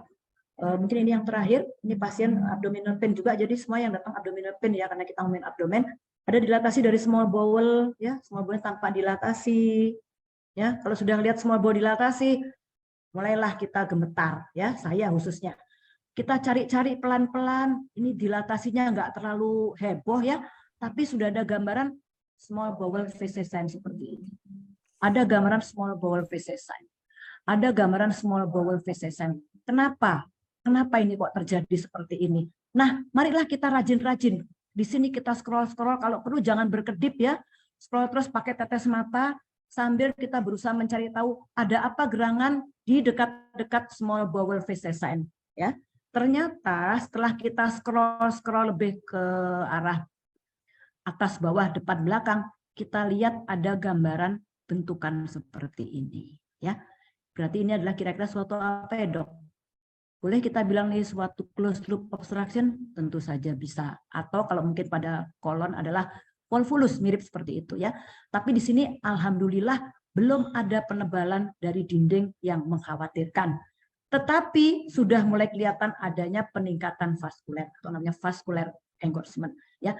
Jadi jangan lupa kita selalu menggunakan semua yang ada, entah itu potongan aksial maupun koronal maupun sagital, semua kita gunakan, MIP semua kita gunakan, karena kadang-kadang dengan memain-mainkan aplikasi yang ada di workstation kita bisa menemukan image-image yang akan sangat membantu kita ya. Ada peningkatan vaskuler di sini. Mungkin sudah mulai ada udim-udim, tapi pasien ini belum separah ada pasien yang pertama.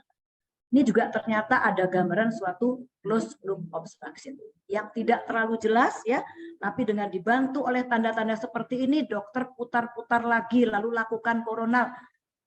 Wala, ternyata kita ketemukan gambaran. Baiklah dok, saya rasa dari saya kasusnya sudah selesai. Ada 4 buah yang saya sampaikan. Jadi intinya adalah kita harus aware dengan semua yang ada ya. Bowel wall thickening itu jangan dianggap sebagai suatu keadaan biasa, hanya infeksi biasa, tidak ya. Cari tanda-tanda yang lain, mesenterium jangan dilupakan, vaskuler juga kita lihat dengan baik, bagaimana bowel wall dan sebagainya ya. Karena ini yang akan sangat menentukan ke arah mana diagnosis nanti akan berlangsung. Apakah pasien ini memerlukan tindakan konvensional treatment saja atau ke arah surgical. Ini akan sangat membantu kita supaya pasien tidak terlambat penanganannya. Terima kasih atas perhatian yang diberikan pada hari ini. Saya ucapkan terima kasih kepada moderator, panitia, dan sejawat sekalian. Mudah-mudahan apa yang saya sampaikan akan bermanfaat untuk sejawat-sejawat sekalian dan bisa memberikan pelayanan yang lebih baik kepada pasien. Wabillahi taufik wal hidayah. Wassalamualaikum warahmatullahi wabarakatuh. Terima kasih. Terima kasih kepada Dr. Ira atas presentasinya yang sangat praktikal, bermanfaat, dan telah memberikan insight yang luar biasa untuk kita semua. Selanjutnya kita akan menyaksikan presentasi dari Philips Indonesia. Kita sambut Bapak Dwi Prasetyo. Baik, selamat malam para dokter sekalian. Terima kasih Dr. Mayadi untuk kesempatannya. Mohon izin untuk sharing, Dok. Ya, silakan. Sudah terlihat ya, Dok? Ya, sudah jelas, Pak. Baik, terima kasih. Sebelumnya, perkenalkan nama saya Dwi Prasetyo. Saya responsible untuk diagnostik X-ray dari Philips Indonesia Komersial.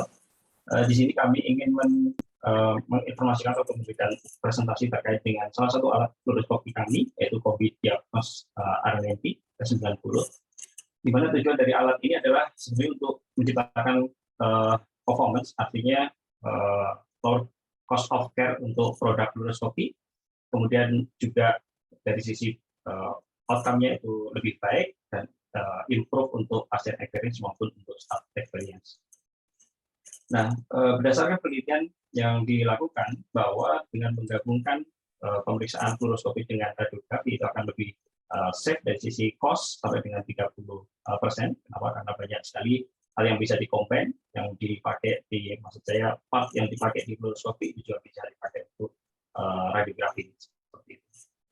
Nah, fluoroskopi kami pastinya bisa untuk fluoroskopi, kemudian DSA juga. Dan yang lebih dari itu, alat fluoroskopi ini juga bisa untuk melakukan advanced radiografi, seperti halnya chest X-ray dengan hanya single tube saja. Ini sudah bisa dilakukan pada posisi pasien vertikal ataupun posisi pasien lying down nanti di atas di table 0 derajat. Kemudian juga yang tidak kalah penting adalah automatic stitching atau menggabungkan gambaran panjang. Jadi kalau biasanya dengan radiografi itu bisa dilakukan penggabungan beberapa gambar, bisa 3 atau 2 gambar digabung menjadi 1. Tapi dengan fluoroskopi kami ini kami sebutnya sebagai parallel stitching. Jadi nanti mode fluoro kemudian sampai dengan akuisisi 150 cm real time, image tersebut langsung bisa diakuisisi menjadi gambaran panjang seperti itu. Dan juga untuk challenging condition seperti emergency itu bisa dilakukan dengan satu kombinasi alat fluoroskopi tersebut. Baik, tidak hanya itu, pastinya kombinasi teknologi software kami yaitu GCF, Grid Control Fluoroskopi, ini akan menghasilkan sharp X-ray pulse, kemudian dipadu-padankan dengan intelijensi IQX ataupun exposure intelligence. Ini akan memberikan dosis radiasi yang sesuai dengan yang dibutuhkan. Jadi di mana tempat, misalkan sebagai contoh di bagian cervical, itu pasti akan berbeda nanti dosis yang dibutuhkan ketika dibandingkan dengan di daerah abdomen seperti itu. Nah, alat ini bisa menyesuaikan langsung untuk mengadjust dosis radiasi yang dibutuhkan sesuai dengan kebutuhan berdasarkan tebal dan tipis bagian tubuh pasien tersebut. Nah, ini juga dilengkapi dengan Unix adalah post processing untuk fluoroskopinya, di mana real time image yang dihasilkan, kemudian dia clarity dan juga low latency. Baik, ini sebagai contoh untuk conventional processing fluoroskopi biasanya akan ditemukan banyak noise karena memang menggunakan Bluetooth, kemudian juga ada terjadi lag effect. Jadi di sini gambaran wire ini jadi beberapa wire, namun yang sebenarnya harusnya cuma satu. Nah, dengan adanya dynamic Unix, hal tersebut bisa dioptimumkan untuk mereduce noise jadi lebih bagus, ataupun noise-nya lebih berkurang signifikan, kemudian juga tidak ada lag effect. Tidak hanya itu, pada bagian tubuh biasanya pada saat melakukan fluoroskopi ada beberapa frame initial dose, kemudian nanti setelah itu baru didapatkan gambaran yang bisa diobservasi dengan baik. Namun dengan dynamic Unix, Bapak Ibu Dokter sekalian bisa lihat mulai dari frame pertama gambar langsung optimum. Nah, yang ketiga adalah beda tubuh biasanya akan mendapatkan paparan dosis yang berbeda, sehingga ada kalanya akan terlalu terang dan juga terlalu gelap karena density-nya ataupun density-nya terlalu tinggi seperti itu. Dengan dynamic Unix, hal tersebut bisa dioptimumkan baik untuk bagian yang tadinya terlalu terang maupun terlalu gelap, itu bisa dirubah menjadi semuanya bisa diobservasi dengan baik. Nah, ini adalah contoh video ERCP dan juga HSD, di mana saat ini masih banyak noise dengan konvensional fluoroskopi, namun dioptimumkan dengan menggunakan dynamic Unix. Bapak Ibu Dokter bisa melihat di sini noise-nya tereduksi dengan signifikan, sehingga Bapak Ibu Dokter akan mendapatkan gambaran yang clarity.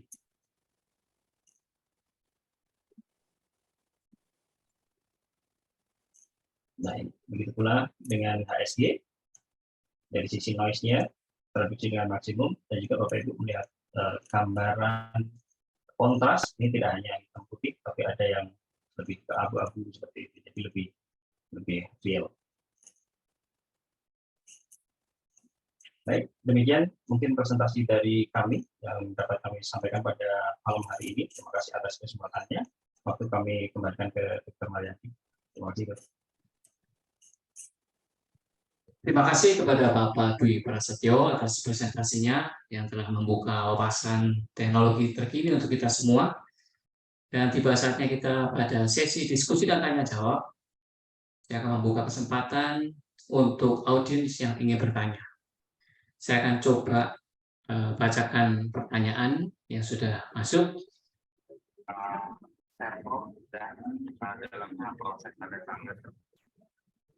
Ternyata pertanyaannya, Dr. Maryanti, ini ada satu pertanyaan itu. Iya, untuk Dr. Bambang ya. Iya. Iya, boleh Dr. Bambang, silakan dijawab. Ya, itu untuk second opinion ya. Kalau di tempat kami ditulis di dalam karena ERM biasanya ada di dalam ERM ditulis mohon untuk ekspertis ulang atau biasanya begitu. Kita langsung jawab juga di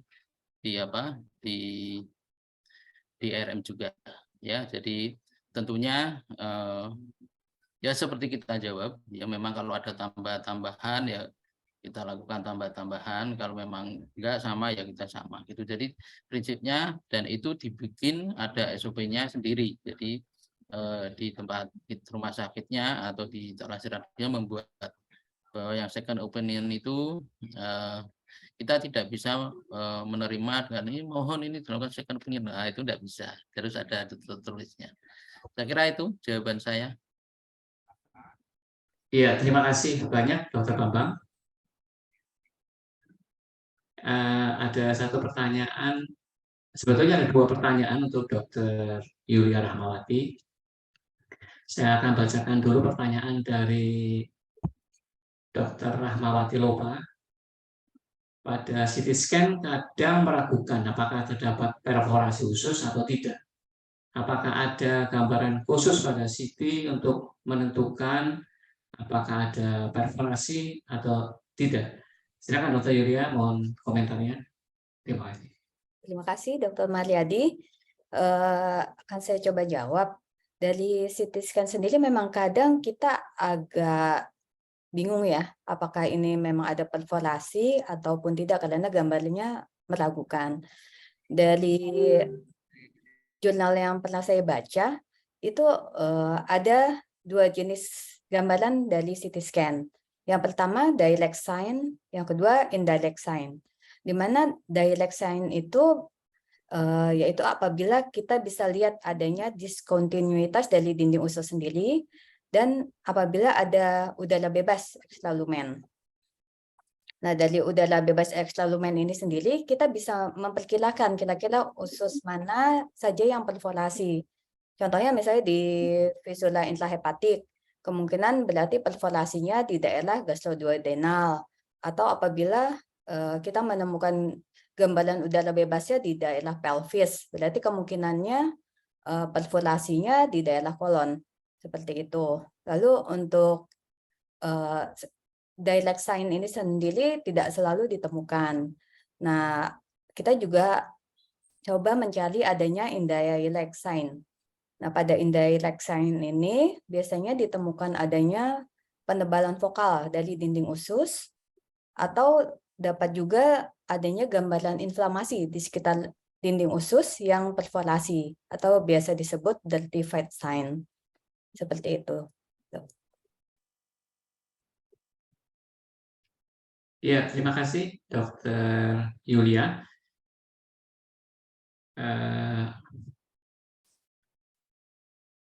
Sebentar, saya akan bacakan yang lain.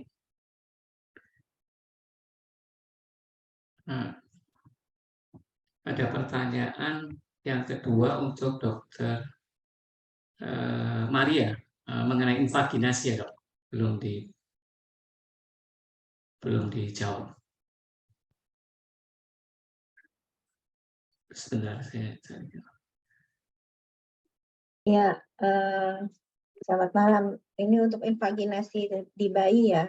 Ya Iya, memang betul. tadi saya mohon maaf, saya ini sebetulnya udah lama sekali nggak mengerjakan untuk yang bayi. Karena saya digestif sudah dari sekitar hampir 14 tahun udah nggak pernah pegang bayi gitu. Jadi mungkin nggak se-update yang seharusnya. Tapi memang saya menjawab hanya berdasarkan teori aja karena sudah tidak mengerjakan lagi. Apabila memungkinkan untuk invaginasi itu memang dengan barium enema atau didorong dari itu aja untuk bayi biasanya kalau bisa rilis itu pemulihannya akan lebih cepat. Gitu. Sementara kalau kita lakukan operasi tentu akan pemulihannya akan lebih lama. Pada bayi bedanya dengan orang dewasa itu umumnya kalau orang dewasa hampir selalu penyebab invaginasi itu tumor. Sehingga pada orang dewasa kita tidak lakukan lagi reposisi lagi yang dengan seperti yang kita lakukan dengan bayi. Tapi kalau pada bayi itu kadang-kadang pembesaran kelenjar getah bening saja yang bisa disebabkan oleh infeksi viral itu bisa menyebabkan terjadinya invaginasi. Sehingga nggak selalu harus dipotong. Sebenarnya kalau pada dewasa itu angka kejadian invaginasi itu hampir selalu mungkin di atas 80%. Saya lupa persentasenya. Itu karena tumor sehingga tindakan operasi biasanya lebih kita pilih dibandingkan kalau untuk anak-anak. Kali dari saya jawabannya seperti itu. Iya, terima kasih banyak Dr. Maria. Selanjutnya ada pertanyaan dari Dr. Voltiano untuk Dr. Ira. Ya. Maka saya bacakan, apakah dalam melakukan CT scan pada kasus ileus harus selalu dibuat foto BNO sebelumnya? Silakan Dr. Ira. Terima kasih. Saya jawab langsung kepada yang terhormat Dr. Voltiano. Salam dari Surabaya, semoga dokter sehat selalu. Tidak selalu kami melakukan foto polos terlebih dahulu. Karena apa? Karena biasanya untuk dilakukan CT scan itu kan kita membuat apa istilahnya itu topografi ya, topografinya yang pertama kali itu scanning yang pertama kali itu dari sana kita juga sudah bisa menilai lah secara garis besar ya kira-kira apa yang terjadi.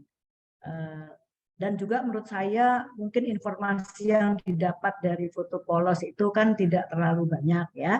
Jadi biasanya saya tidak selalu minta foto polos terlebih dahulu. Itu saja. Terima kasih, dokter. Lihat situasi saja ya, enggak terlalu. Makasih, Terima dokter kasih. Otiano, dokter Mariadi. Terima kasih Dokter Ira atas jawabannya. Waktu telah melebihi acara webinar pada malam hari ini. Dan akhirnya kita telah selesai. Terima kasih. Apresiasi setinggi-tingginya buat pembicara kita yang telah berbagi ilmu. Saya juga mengapresiasi seluruh audiens yang telah hadir dan menyimak dengan antusias. Sekali lagi, terima kasih kepada pembicara dan audiens. Saya Mariadi selaku moderator malam hari ini pamit undur diri. Terima kasih atas perhatiannya. Sampai jumpa pada webinar yang akan datang tahun depan dengan tema yang jauh lebih menarik, Urinary Tract Infection, Imaging of Choice. Salam sehat dan sukses selalu. Makasih. Izin pamit Dokter Mariadi dan panitia sekalian yang telah bekerja secara luar biasa. Terima kasih Dokter Ira. Terima kasih. Terima kasih untuk Dokter Bambang, Dokter Yulia, Dokter Maria. Terima kasih banyak.